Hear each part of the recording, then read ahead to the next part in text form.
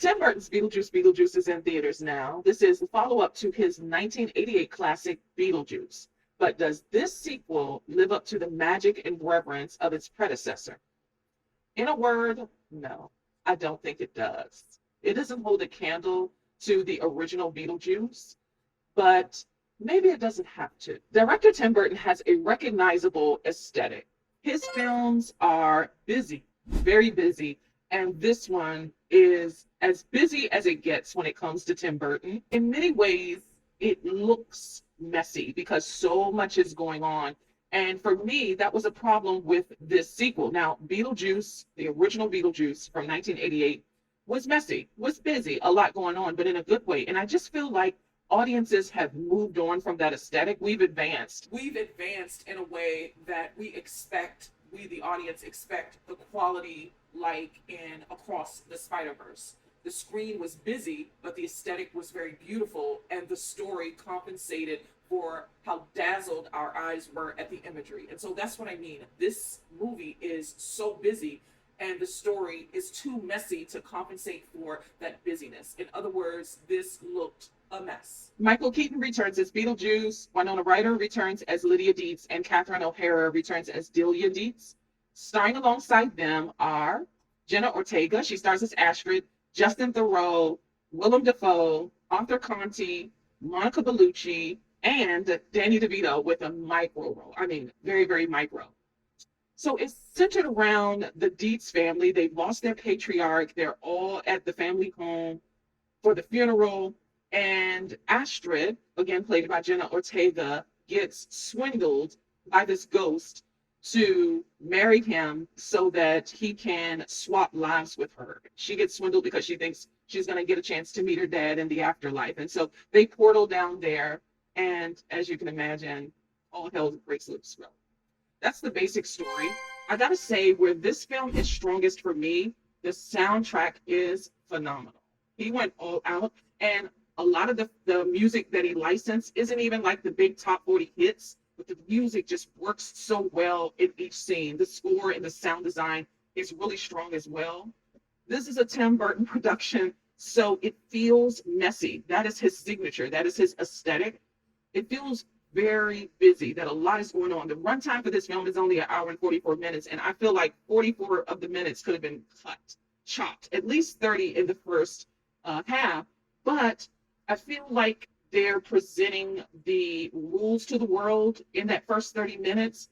I think the rules of the world are unnecessary. This is a dark, quirky comedy. And even if you are not familiar with Beetlejuice, I think general audiences can figure out the rules of this world. So spending so much time, I mean, it is really dedicated to the rules and getting to know the Deetz family, and I think that was wasted. I really do. It spends a whole lot of time with that, and you got Monica Bellucci running around like doing nothing really. I mean, she's looking for Beetlejuice, but she's just wasted, criminally wasted. Willem Dafoe, he has a funny story arc, but it is so wasted. Okay, he's a ghost, but he was an actor in life and played this famous detective, and so he's playing that part in the afterlife, and the bit is really funny, but I feel like his art is wasted. With Jenna Ortega, I feel like I've seen her play this a dozen times, it to the point where it feels like she's being pigeonholed as this teenager who is just pissed at everything, pissed at the world, pissed at life. I feel like she's played this before, and so it just seemed so one note. What stood out for me, other than Michael Keaton's Beetlejuice, because I'm familiar with this character and he's funny, his punchlines work. But Catherine O'Hara really, I mean, she knew the assignment. She was so funny. She was charismatic. I responded to her performance because it was the best for me. She was the standout, and she is the reason I was interested in going on this journey in the first place. She was so dynamic and funny, very comical. And so I was interested in her more than everyone else because it's so busy and so many different storylines are going on. It's easy to get lost, not just in the nostalgia of the original film, but get lost because so many characters are bumbling around doing so much that it just felt like it weighed me down a lot. Till I wasn't bored because the music livens the scenes up a lot, but I just felt like I yearned really for a better story because so much time, again, a chunk of the movie is spent wasting away on these arcs that go absolutely nowhere. Like Monica Bellucci's character does nothing really.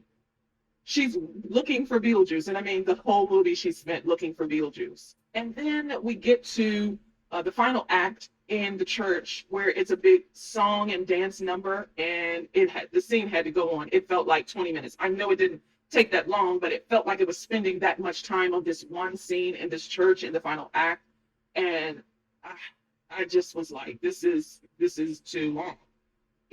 It never overstay your welcome. There is some mixed animation in the film that felt like it was a budget constraint. I don't know.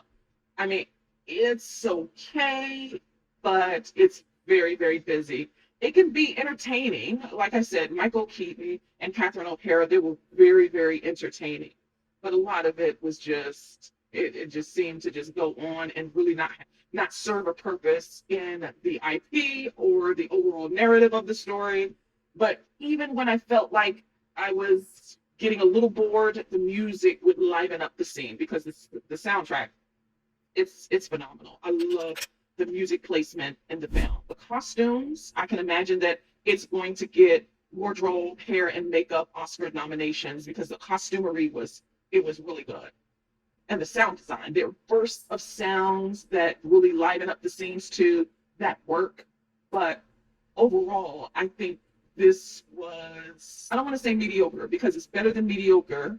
It's not excellent. I don't think it'll be an instant classic. And I don't think it lives up to the 88 Beetlejuice. I don't think it lives up to how classic that film is. It's okay. And I think it's worth seeing in the theater.